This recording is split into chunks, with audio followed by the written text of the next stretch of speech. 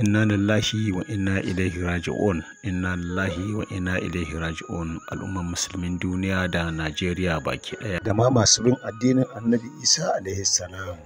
Domin garin Maiduguri ta haɗa kowa da kowa a ciki. Da wannan ne Kannywood family suka miƙa sakon ta'aziyya da kuma jajantawa da wanda suka rasa rayukansu ga mai girma gwamnan Maiduguri Baba Gana Umar Zulum da mataimakin shugaban ƙasa da sarakunan baki ɗaya na arewa da shugaban ƙasar Najeriya dangane da jajanta wannan halin da aka shiga. Babu shakka wannan abin al'ajabi ne na kokantawa musamman ga al'ummar wannan gari na Maiduguri inda aka shiga halin wato ni yasu na halin da aka shiga na ambaliyar ruwa a wannan gari. Kuna iya kallon yadda wannan ruwa ya ambaliya ya cinye gari, ya cinye gidaje, ya cinye tituna, ya cinye dukkanin abin da wannan gari yake da shi, wato ma'ana ya mame ko ina a garin Maiduguri. Babu shakka abin jajantawa ne da wannan ne Kannywood family da ma sauran dukkanin al'ummar garin Maiduguri. Kannywood family suke jajantawa waɗannan al'ummar gari baki ɗaya.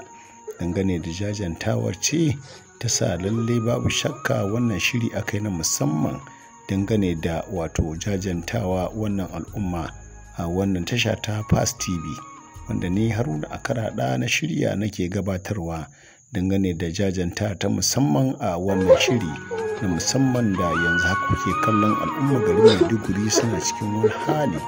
Babu shakka abu ne na musamman da ya kamata al'umma su yi la'akari da shi na taimaka al'ummar wannan gari. Yanzu dai babu abin da ake bukata illa tallafi da taimaka wa 'yannan al'umma.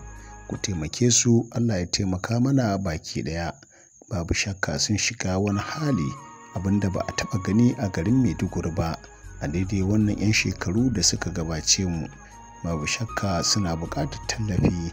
Ku dubi yadda wannan gari ya shiga wani irin yanayi, yadda ruwa ya sha kan garin baki ɗayansa. Inna lillahi wa inna ilaihi raji'un.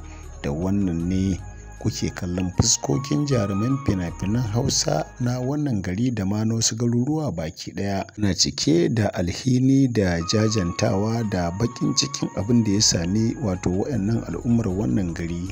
Babu shakka wannan fuskokin da kuke kallon su ɗaya bayan ɗaya su ne dai wanda suka wakilci wasu mutane da dama a harkar fina-finan Hausa.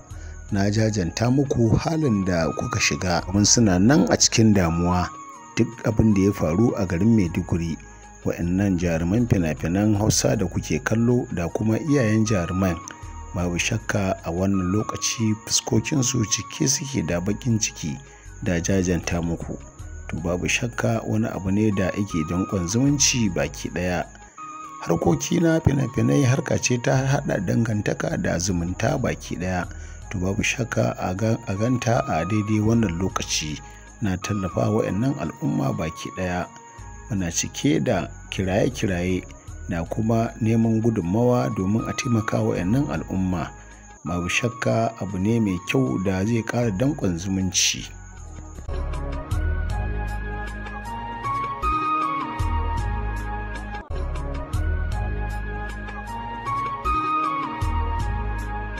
Duka nan muka kawo ƙarshen wannan shiri na musamman wanda na shirya na gabatar Haruna Akarada dangane da jajanta al'ummar wannan gari na Maiduguri a madadin Kannywood family da aka gabatar da wannan shiri na musamman na jajantawa mutanen Maiduguri. Sai mu ce a tare mu a shiri na gaba idan hali ya kai ga haka. Assalamu alaikum wa rahmatullahi ta'ala wa barakatuhu.